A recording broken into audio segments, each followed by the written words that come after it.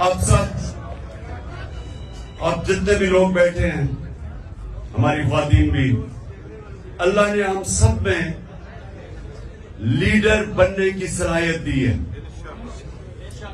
کیونکہ یہ یاد رکھیں، ہم اللہ کی سب سے عظیم مخلوق ہیں، اشرف المخلوقات. تو جب اللہ نے فرشتوں کو کہا کہ انسان کے سامنے جھکو، اور جب ابلیس نے انکار کیا تو اللہ نے کہا فرشتوں کو کہ تمہیں بھی نہیں پتا کہ میں نے انسان کو کتنی صلاحیتیں دی ہوئی ہیں. مشکل اور مسئلہ یہ ہے کہ ہمیں بھی نہیں پتا کہ اللہ نے ہمیں کتنی صلاحیتیں دی ہیں.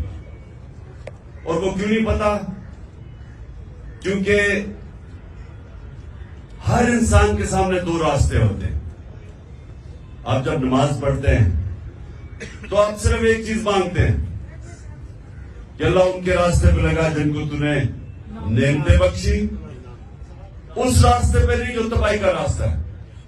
تو جو تباہی کا راستہ ہے، نوجوانوں سنو، یہ ہاتھ ادھر نہ لاؤ، سنو میری بات. تمہیں یہ یاد رکھو جو میں باتیں کہہ رہا ہوں، اور خاص طور پہ نوجوانوں کے لیے، یہ آپ کی ساری زندگی کام آئیں گے اگر آپ کو سمجھ آ گئی.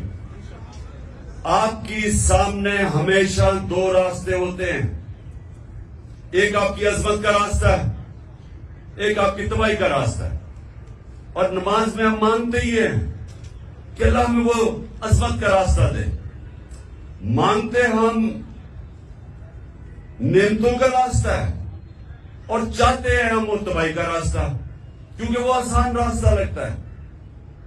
مثلا مجھے کوئی موقع ملا، میں کوئی ایسی پوزیشن میں ہوں، گورنمنٹ پوزیشن میں ہوں، میں تھانے دار ہوں، پولیس میں ہوں، میں فوجی ہوں، جو بھی ہوں، ہر وقت مجھے موقع ملے گا ناجائز قسم کا پیسہ بنانے کے لیے. لگے گا وہ آسان راستہ ہے، رشوت دوں گا ایک دم پیسہ آ جائے گا.